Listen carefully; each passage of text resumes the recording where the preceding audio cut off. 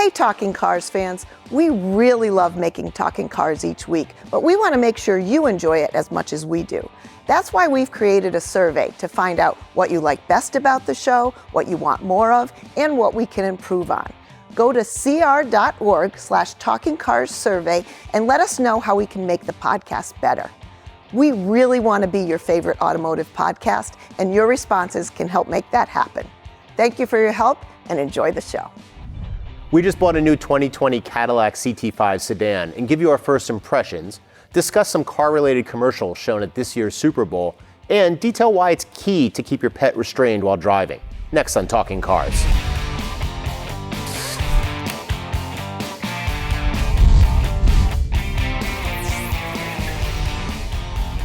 Hi everyone and welcome back to another episode. I'm John Lincove. I'm Gabe Shanhar. And I'm Mike Monticello. And the Super Bowl was this past week. Half the country's watching for the game, the other half probably for the commercials. And there's always a couple good car commercials, and we found three of them, particularly one that generated a ton of interest on consumerreports.org. Gabe, the Genesis SUV, the new GV80, 2 or 3-row configurations, 2 different engines available. Tell us about it. So it's a mid-sized luxury SUV aimed right at the sweet spot of that market segment of mid-sized luxury SUVs where the Lexus RX is doing very well. Mm-hmm. And so far, Genesis has been offering a line of 3 sedans, and you know where the market's going these days, particularly in luxury segment. SUVs? It's SUVs, exactly. Hey, and I'm a genius.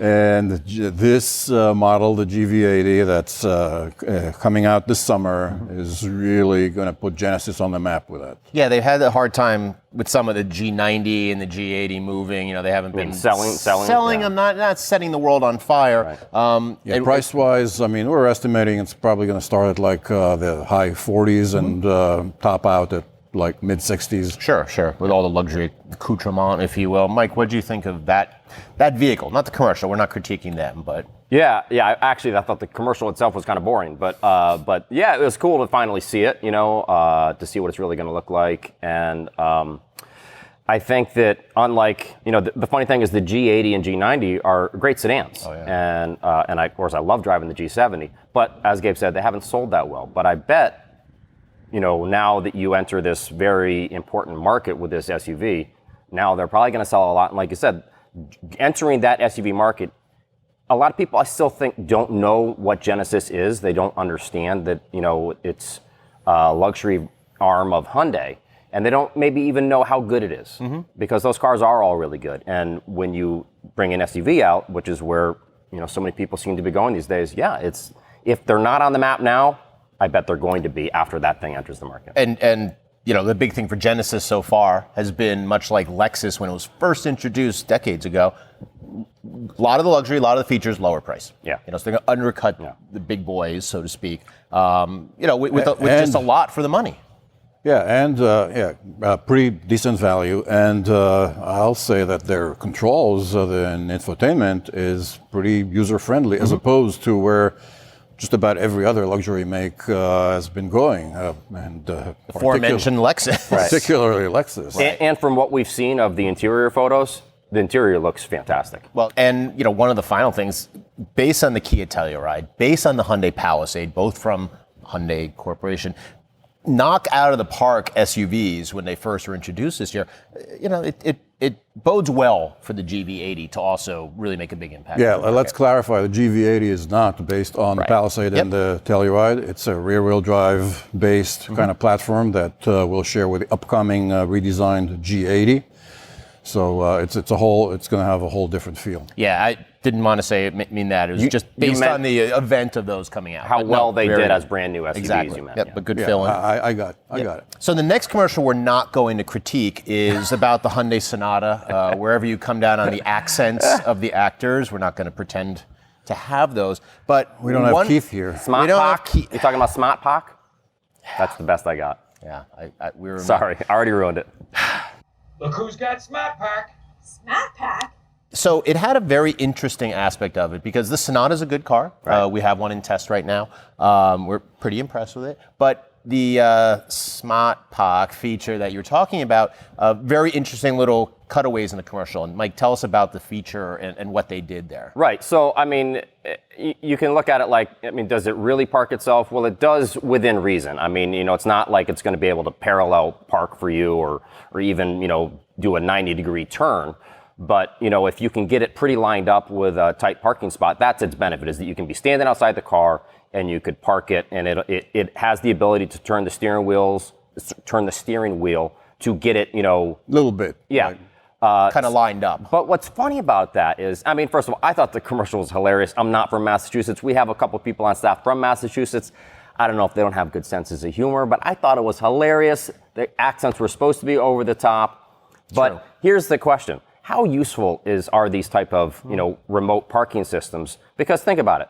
The parking spot's really tight, right? So you're trying to get in there. Well, now these other two people can't get in.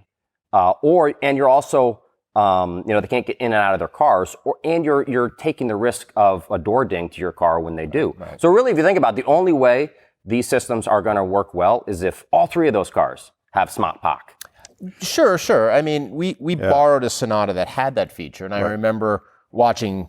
Well, Jake Fisher used it at a restaurant we were at, and he kind of walked up, and you're holding the fob and you're pressing the buttons, and it does pull out. I think it's key when you go to a place that has small parking spaces and someone, I don't know, in a giant SUV or pickup truck or whatever, even a small car, they just pull it right in and they're against your door, so you're faced in the same way. So getting back out, in, you mean? And it's getting into the car without climbing through the window or the passenger side, so you can pull it out a little bit and do that. Did you try the feature? Yeah, I tried that feature. It's a really neat feature. I mean, you hold the key fob, the car moves back and forth. Mm-hmm. It only moves back and forth, let's clarify. Right, like in and out, So, the ad, as creative as it was, could have been interpreted some other ways. But I think it's a pretty neat feature. Also, note that you're going to have to get the Sonata Limited. That costs $34,000 to get that feature. It's not on every Sonata, of course. It's cute. It is certainly helpful in some situations. I don't know if it's worth moving up if you're looking at buying a less expensive Sonata just to get it. So finally, the last commercial that piqued our interest was the new GMC Hummer, or Hummer by GMC, that's coming out, making some big claims. First of all, EV. Yeah. So that's huge just compared to the way the Hummer brand was, which was all about turnaround. Exactly, you all go about from fuel usage versus now economy. Yeah, I mean, the Hummer H2 got 11 miles per gallon overall in our testing, and now you're talking about something that's theoretically more of a green vehicle because now it's electric powered, fully electric powered. So complete turnaround for the brand. But yeah, there's some bold claims in there. 0 to 60 in 3 seconds. We don't know a whole lot about the vehicle yet. They haven't released the information. No, it's not they're gonna officially unveil it in May of this year. But they did make an interesting claim, which was 11,500 pound-feet of torque. And I think that bears talking about, just because that could be a little misleading for people that don't quite understand. Maybe, Gabe, you can explain it, that electric motors work very different than an internal combustion engine. If you're thinking, man, that has way more torque than my turbo diesel F-250, it's a little different the way they operate. Yeah, the Ford F-250. How is that going to be different than the Hummer? Well, electric drives produce their torque and horsepower immediately, right off the bat, whereas an internal combustion engine has to develop, build up the revs, gather speed with all this noise and vibration. And in an electric vehicle, it's completely it's like you're instantly gliding into this speed. It's truly neck snapping. So, you get everything at once. So it's a whole different experience. And whenever I put people in an electric vehicle and they experience that, it's like, wow, it's amazing. It's a whole different feeling. And if you haven't experienced an electric vehicle, you can't imagine it. I think one of the key things to think about is that the torque drops off. Yeah, the torque curve is completely different for an electric vehicle. In an electric motor, the torque curve, everything right here, and then it just kind of, as you build speed, it just keeps going down. Right. Whereas an internal combustion engine is going to have nothing at the beginning. Whereas this had everything. internal combustion engine has nothing and then builds the torque and horsepower, they kind of go opposite of each other. It's just kind of interesting, the juxtaposition. So yeah, don't get too hung up on the crazy torque numbers you're seeing from some of these new EV companies. So one of the things that we talked about is that we actually did a video comparison of this type of thing, and we used a Dodge Hellcat, Challenger Hellcat, and a Tesla Model S, and we did a quarter-mile run, and that you could get that link in the show notes below the video, and see what it is, see what happened, because it is an interesting performance comparison. Right. So check that out on consumerreports.org. We won't give anything away. You'll have to check out the video. No, not at all. We're going to move out of the news segment and into the car of the week, because we just bought a 2020 Cadillac CT5 sedan. Ours is all-wheel drive, premium luxury trim. It has a 2-liter turbocharged engine, 237 horsepower, a 10-speed automatic.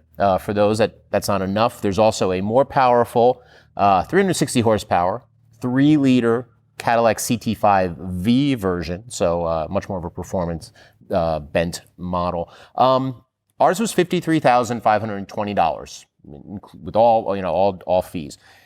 It starts at the premium version $40,695, and we added some options. Key ones: driver assist and advanced security. So, Gabe, why do we have $11,830 of options when we really only wanted to try out the optional safety features? Base price is pretty competitive for the CT5. So for most people, when they shop online, they'll see that it compares quite well against peer vehicles like BMW 3 Series and Audi A4, for instance. When you want the driver awareness package, which brings full-speed auto emergency braking and adaptive cruise control, which for a car at this level, you expect these kind of features, right. But that forces you to get 5-6 other options that bloat the price up and make it like mid-50s. Well, and that's something we've seen a lot, in that here's a car, $40,000 luxury car, but you're still forced to buy options, with that you may or may not want, but you're just forced into taking them no matter what, right? Yeah, I mean, so at CR, we feel that, these safety features you shouldn't have to pay for. That all cars should come with some of these very important safety features, like full speed, automatic emergency braking.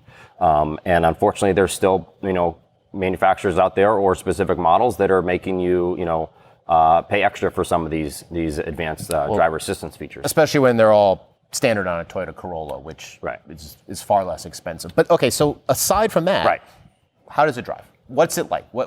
How do you feel about the time you spend in it? So, I mean, there's things that I really like about it, and there's things that I don't like as much. One thing I think Cadillac continues to get right is the handling. I mean, this is a sharp handling car. It has sharp, responsive steering. It feels really good through the corners. It allows enough body lean that the car is still very communicative. You don't want it so stiff that you don't feel anything. You want to feel some body lean, but it really goes through the corners nicely. But, I personally haven't been a fan of their 2-liter turbo 4-cylinder for years now. I think they've never gotten, just the sound alone is kind of wheezy and it's a little bit loud. I think they still don't have that right. And keep in mind, we're about halfway through our break-in period at this point. So there still are some things that might change with the way the transmission operates. Sometimes they're still learning things like that. But I also found that first of all, it gets off the line very nicely. There's no turbo lag or weird transmission stuff that we see with some cars these days where there's little low speed hiccups. But it right now has this sort of unintuitive way that it revs higher than it feels like it should at even lighter RPM. And so now you're up to like 4,000 RPM, plus the engine's loud and doesn't sound that great. So, and then it almost is like it's like this slow action of doing the first couple upshifts. So they seem longer than they really are, but that's compounded by the noise. So some of those things bother me a little bit.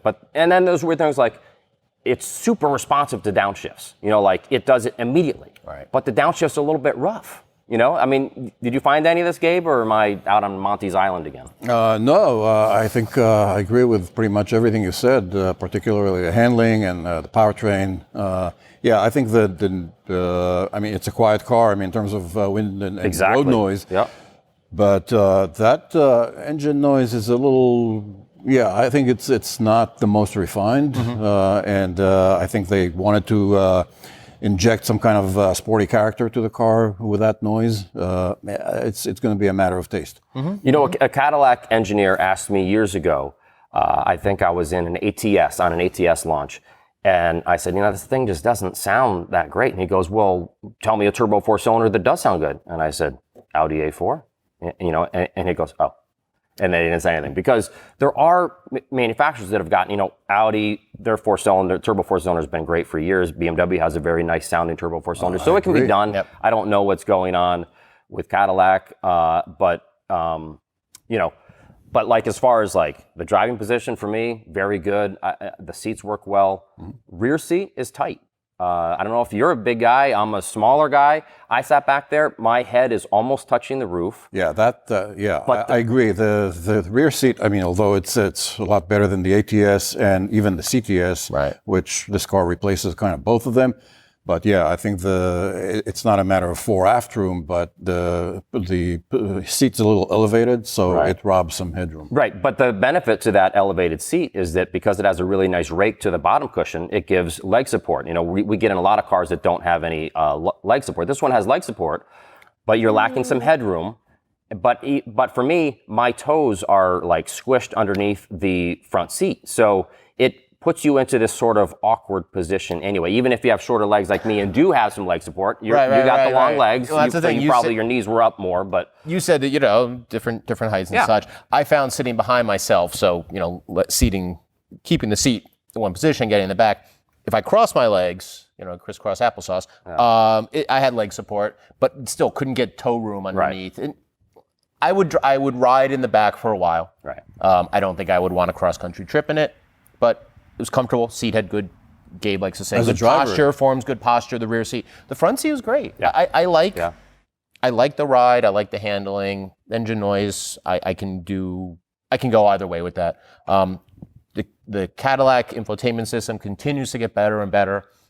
Think about that. Think about where it's Q, you know, Cadillac user experience. Yeah. When they came out with Q years ago, and how, let's be realistic, it was pretty terrible, right? I mean, it wasn't good. They've come so far. I mean, it really is pretty easy to use now, whether you're using their, you know, the standard Cadillac system or whether you do, you know, Apple CarPlay. Right. You know, it's pretty. It gives you choices also. I mean, the touchscreen is quick to respond. It's a little far away though, so I prefer to do steering wheel control and the knob for just twirling through radio stations. But a lot of redundancies built in. The materials, for the most part, really great. I found a little difference. You probably felt it. The armrests, one's soft, one's hard. Oh yeah, the center one is very hard. But minor things. I like the fact that that your mobile phone hides away. It was nice. Visibility's pretty good. I mean, its styling is polarizing in a way. It's got a kind of a weird notch-looking thing. Fine. Yeah, that notch between the rear window and the seat pillar is a little odd. And I thought the CTS and the ATS and even the CT6, I mean, they all look handsome cars, gorgeous cars. The it's CT5, beauty in the eye of the beholder. You know, whatever it is, it's an interesting replacement, kind of a tweener between. Is it an ATS competitor replacement? Is it a CTS? Is it both? Where does it match up? But I think the cool thing is that it feels competitive out of the box. Definitely putting it through our testing. We'll have information on consumerreports.org going forward with the first drive, as well as our testing information as soon as it's done. So that brings us to our final segment, questions. Keep sending them in, text, video, talkingcars@icloud.com. Our first one comes from Alex, who says, I've heard this podcast say time and again that people should not buy a new or redesigned car in its first model year. If that's the case, why does CR recommend redesigns or new models? Hey, Mike, why do we do that? I'll take it. I thought you were going to go to Gabe, but I would say, first of all, it's a great question. It's a really good question. But, you know, it's more of a rule of thumb. I think it's unrealistic for us to say that no one should ever buy a first-year model, you know, one that's either all new or redesigned, because people are going to want to buy new cars. So, you know, if you can wait a year or two, that's the best-case scenario. But also keep in mind, there are manufacturers out there that consistently put out, you know, high-quality first model year cars. What Toyota, Lexus. Well, yeah, so I was going to ask Gabe, based on some of our brand report card stuff, what are ones that, we always say don't buy by brand, but there are still ones you can look to be a little better, right? Right. So typically Toyota, Lexus will produce a car that's reliable even in its first year. Yep. But, there are but they're not alone. Right. But you do have ones like the Tacoma, for example. Toyota Tacoma, just didn't launch well. Right. So it's down there. We weren't even recommending it. Right. So it does balance. You can get a good General Motors car. You can get a bad General Motors car. It just depends, on how it was built and how new it is and, all systems. Right. So, if you can wait a year or two, that's great. If you can't, look at our ratings, right? Look at our ratings on consumerreports.org. See, how the brand typically does or what our predicted reliability is for that first year model, because we will be able to say that. And that's based on a whole bunch of data that we have from the past that should help people to know that, okay, this brand's typically unreliable, right? Well, and the way we look at it for a new car also is if it's brand new, all new, or even a redesign, we look at the history that the model line has been, we look at the brand, we look at other vehicles that share components. So it's not just that we say, guests throw the dart, the dart against the board. There's a lot of data and back history that goes into these predicted reliability. And they typically, the redesigns also have lower, we predict it's going to be a little lower than the final year of the previous generation, which, by the way, is always the better one to buy. Right. Yeah, so the recommended label is something we take very seriously, and it's a very well considered set of decision tree to determine the overall score and in turn the recommended status. Well, thank you, Alex. Good question. It is a great question. Yeah. Our second question's Charlie from Bend, Oregon. I have a dilemma with my 2014 Audi Q5 TDI. That's the diesel version. My wife and I both love the car, but have yet to get the emissions fix I was sent a note about from Audi. It sounds like there has been a number of problems with these fixes, so I have held off. I have until April 2020 to get the fix and receive the last half of the $4,000 settlement payment from the Volkswagen Group. Since there are no emissions requirements in my state, do I just forego the money and offset my environmental impact with the donation? I'm afraid of introducing issues with what has been an otherwise perfect car. Gabe, thoughts on this one? Yeah, we tested the other diesel, the 2-liter 4-cylinder in a Jetta before and after the fix. And the fix addressed some of the things, particularly reduced NOx, nitrogen of oxide, which is the most harmful part of the emission. So I think the right thing to do would be to get the fix. We're not aware of any downsides to that or any problems. If you like the car, keep it, get it fixed. Honestly, I'm a little shocked that Oregon, probably the greenest state in the country, doesn't have emission control. Yeah, that is interesting. That is, it sounds like, again, we did try him out. Not a huge drop in any performance. Unless he's using it for stump pulling of some sort, he needs every ounce of the torque, not ounce. But anyway, he needs all that torque and all that power. It's still going to be a great vehicle to drive around. It's still going to keep the inherent goodness of what makes him like the car. There's no evidence that he's going to compromise any ounce of that torque. And our next question comes from Peter from Albuquerque, New Mexico, who says, I'm considering purchasing a used BMW i3 with the range extender, since it seems electric cars have a high depreciation and can be had for nearly 75% off the original APR, the annual percentage rate. As I understand it, electric cars don't have as many mechanical pieces to go bad, and its small engine requires maintenance similar to a motorcycle. Are there any other tips you would have when buying a used EV? Gabe, you head up our EV program. Guy. Exactly. What do you think for him? If he likes the i3, which is kind of a very esoteric kind of a car, and I personally kind of like it, but he should note that BMW twice during the cycle enlarged the battery, so don't go for the original one from 2014. At least focus on 2017 and up model with that'll give you a longer range of electric drive. In 19, they again increased the battery, so they made a lot of improvements to the car, and getting it used. You can pick one up for about $18,000. I mean, this is a $50,000 car when it was new, so I don't think you can go wrong there. I think you should be aware that BMW, the i3 in particular, is not a big seller. And you can probably pick one up as a lease with all the incentives built into that. You might end up paying less than $200 a month. Well, and some of that incentive, so they're going to knock it off to just move it. But also, when you lease an EV, you don't automatically. You need to work with the dealer, make sure they'll do this. But they'll take the $7,500 tax credit, apply it to the vehicle, so that you're not getting it as any money off of your federal taxes, but they'll apply it to the vehicle, they'll take the claim, and you even lower the price more. So that's an idea of buying a new one or leasing a new one versus picking up an old one. Yeah, and then you get all the benefits of the latest model. Mm-hmm. Yeah. So again, Peter, it'd be interesting to hear from you what you choose to do with this one. Our final question comes from Luis, who says, "Greetings from Mexico. I drive a sedan and am usually accompanied by my dog. Do you have any advice for keeping her safe while we're driving? I've had trouble finding reliable information about this topic." We've touched on this. It's not something we test, Mike, but I know that we've talked with some people about what the best way is to do this. So the first thing is go to consumerreports.org. We have several articles we've written about pet safety or driving with your pets and how to keep them safe. Second thing is go to the Center for Pet Safety, which is a nonprofit, centerforpetsafety.org. Because they have done some testing of harnesses and things like that.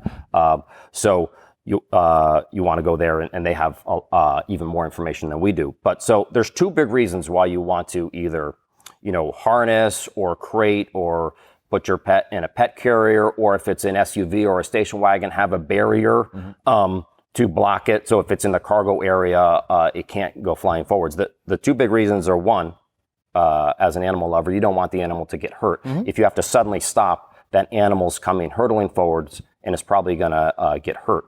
Second, it hurtling forward as a projectile is likely going to hurt the passengers, some of the passengers that are in the car. So those are the two big reasons why, like I said, harness, crate, carrier, or a barrier from the cargo area. But the other thing is, you also want that pet, to be crated or whatever some way, because you don't want a distraction. If you see people out there holding their dog, right?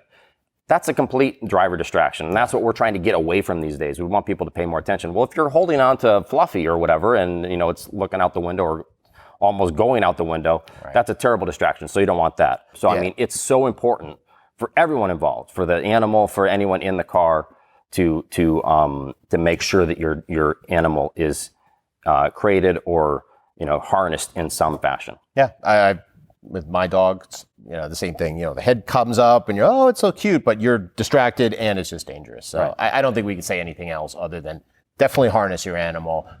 Do it so for distraction. Do it for the safety of the passengers, and do it for the safety of the animal. Absolutely. So that's going to wrap it up for this episode of Talking Cars. As always, check the show notes below for more information on what we talked about, and send us your questions, talkingcars@icloud.com. Thanks for watching, and we'll see you next time.